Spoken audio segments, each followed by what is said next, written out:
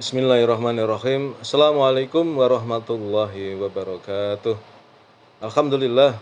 Alhamdulillahirabbil alamin wassalatu wassalamu asrofil anbiya wal mursalin Sayyidina Muhammadin wa ala alihi washabbihi ajmain. Rabbi israh li sadri wa yassir li amri wahlul 'uqdatam min lisani yafqahu qawli. Halo teman-teman sekalian, apa kabar? Alhamdulillah. Kita berjumpa lagi di dunia maya dalam keadaan sehat walafiat. Dan oleh karena itu mari kita terus bersyukur kepada Allah Subhanahu wa taala atas segala limpahan karunia yang diberikan kepada kita yang begitu banyak dan mustahil kita bisa menghitungnya.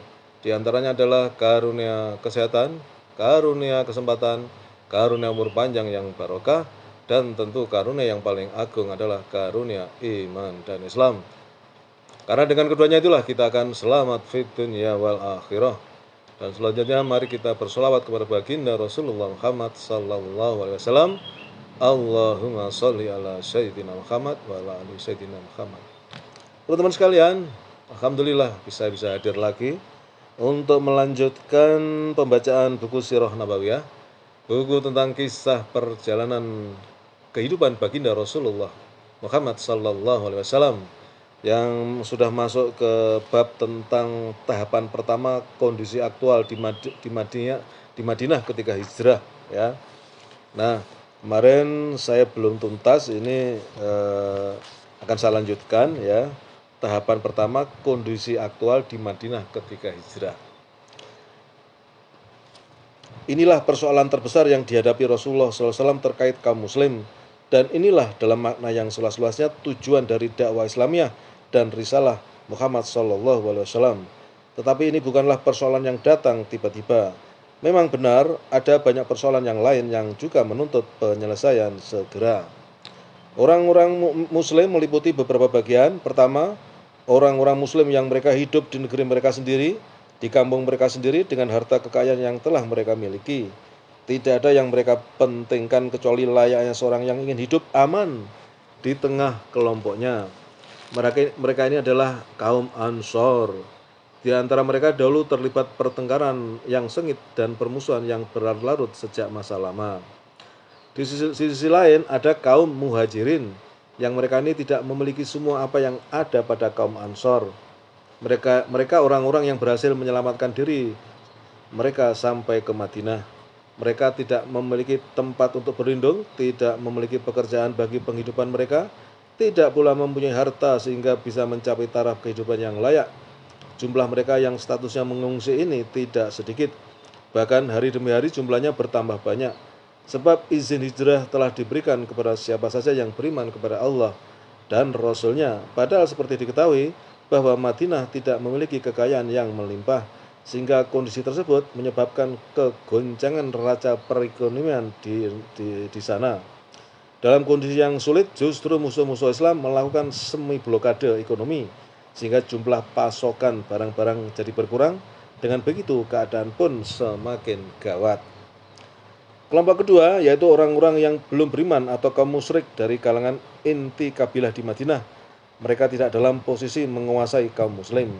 Di antara mereka masih diselimuti keraguan dan kebimbangan untuk meninggalkan agama nenek moyang mereka. Hanya saja mereka tidak menyimpan permusuhan dan tipu daya terhadap Islam dan kaum muslim. Tidak lama kemudian mereka ini sebagian besar masuk Islam dan menjadi muslim yang ikhlas semata karena Allah, kecuali sebagian kecil dari mereka yang masuk Islam dengan kemunafikan. Kelompok yang berislam secara nifaq atau munafik ini menyimpan permusuhan dan dendam yang sengit terhadap Rasulullah SAW dan kaum muslim. Akan tetapi mereka tidak mampu terang-terangan menampakkannya, kecuali terpaksa menunjukkan rasa cinta dan ketulusan karena kondisi yang mereka hadapi. Pemimpin mereka adalah Abdullah bin Ubay. Kabilah Aus dan Khazraj hampir saja mengukuhkannya sebagai pemimpin mereka pasca perang Bu'ats. Padahal kedua kabilah ini sebelumnya tidak pernah mengangkat seorang pemimpin yang mereka tunduk kepadanya. Mereka bahkan telah menyiapkan manik-manik untuk mengalungkan mahkota dan mengangkatnya menjadi raja. Hampir saja dia diangkat menjadi raja ketika tiba-tiba Rasulullah datang, lalu kaumnya pun berpaling darinya. Dia menganggap bahwa beliau SAW telah merampas kerajaannya. Karena itu dia menaruh permusuhan yang sangat keras terhadap beliau. Tatkala dia melihat bahwa kondisi tidak memihak kepadanya dan bisa tidak kebagian harta keuntungan duniawi, maka dia menampakkan diri sebagai muslim pasca perang Badar. Tetapi hatinya tetap menyimpan kekufuran. Setiap mendapatkan kesempatan untuk berbuat makar terhadap Rasulullah SAW dan kaum muslim, pasti dia melakukannya. Teman-temannya dari kalangan para pemuka yang tidak jadi mendapatkan jatah kekuasaan yang diharapkan turut andil dan menyokong pelaksanaan rencana-rencana jahatnya. Kadang-kadang mereka mengeksploitasi beberapa peristiwa untuk kepentingannya, serta memperalat orang-orang dungu dari kalangan kaum muslim untuk menjadi antek-antek mereka menjalankan rencana-rencana jahat tersebut. Adapun kelompok ketiga yaitu orang-orang Yahudi. Mereka ini adalah orang-orang yang terdampar di Hijaz di masa penyiksaan bangsa Assyria dan Romawi sebagaimana telah dijelaskan di muka. Sebenarnya mereka asalnya adalah orang-orang Ibrani, tetapi setelah berasimilasi di Hijaz, mereka melebur dalam kultur Arab, dalam pakaian, bahasa, dan budaya. Bahkan nama-nama kabilah dan nama mereka sendiri memakai nama-nama Arab. Bukan itu saja, antara mereka dan bangsa Arab juga terjadi hubungan perkawinan. Hanya saja mereka tetap memegang teguh sikap fanatik terhadap kelompok sendiri. Jadi secara pasti mereka sebetulnya belum benar-benar berasimilasi dengan orang-orang Arab. Mereka membangga-banggakan kebangsaan mereka sebagai bangsa Israel atau Yahudi. Mereka bahkan menghina orang-orang Arab dengan sangat keterlaluan, sampai-sampai menjulukinya dengan orang-orang ummi, yang mananya bahwa mereka orang-orang Arab tersebut sebagai orang-orang liar yang lugu dan kaum hina-dina yang terbelakang.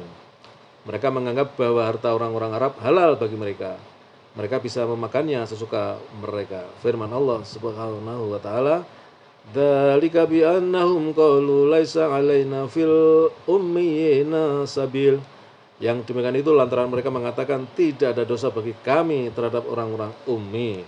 Surat Ali Imran ayat 75.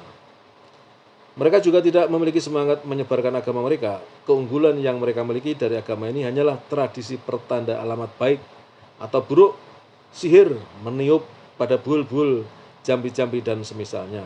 Dengan itu semua mereka menganggap diri mereka sebagai orang-orang yang berilmu, mempunyai keutamaan dan kepemimpinan spiritual. Mereka juga sangat mahir dalam seni mencari peluang kerja dan penghidupan. Mereka menguasai perniagaan, biji-bijian, kurma, khamar, dan pakaian. Mereka menyuplai pakaian, biji-bijian, dan khamar dan mengekspor kurma. Selain itu mereka juga mengerjakan pekerjaan lainnya. Mereka mengambil keuntungan yang berlipat-lipat dari semua orang Arab.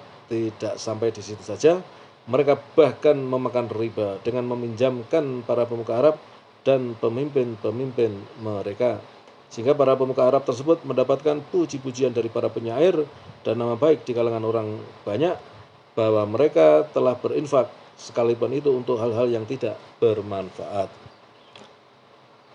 Mereka juga menerima penggadaian tanah-tanah, tanaman-tanaman, kebun-kebun dari para pemuka Arab, lalu setelah beberapa tahun beralih menjadi milik mereka.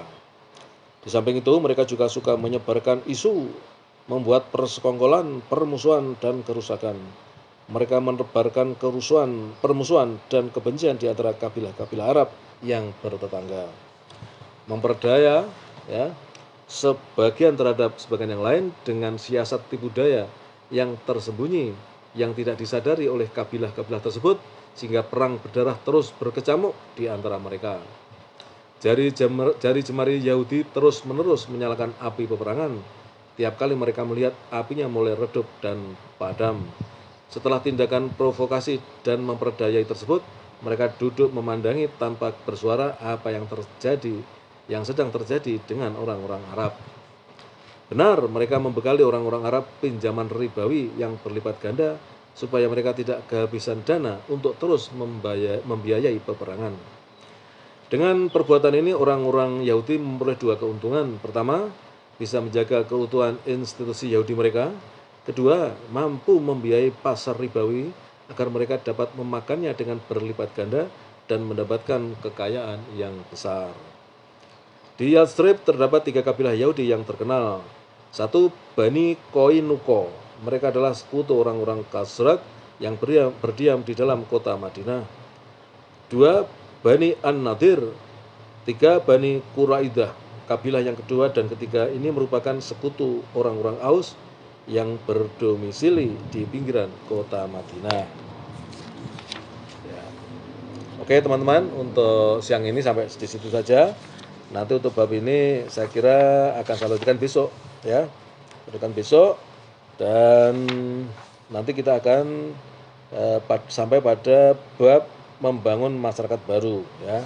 Jadi ini tadi cerita tentang bagaimana kondisi kota Madinah ketika beliau hijrah. Di situ ada 2 unsur, orang Ansor, orang setempat, kemudian orang Muhajirin yang hijrah dari Mekah, dan kemudian yang ketiga adalah orang Yahudi, ya. Dan ini adalah yang membentuk kota Madinah pada saat itu, dan bagaimana nanti Rasulullah akan kemudian mengelolanya sehingga kemudian berhasil.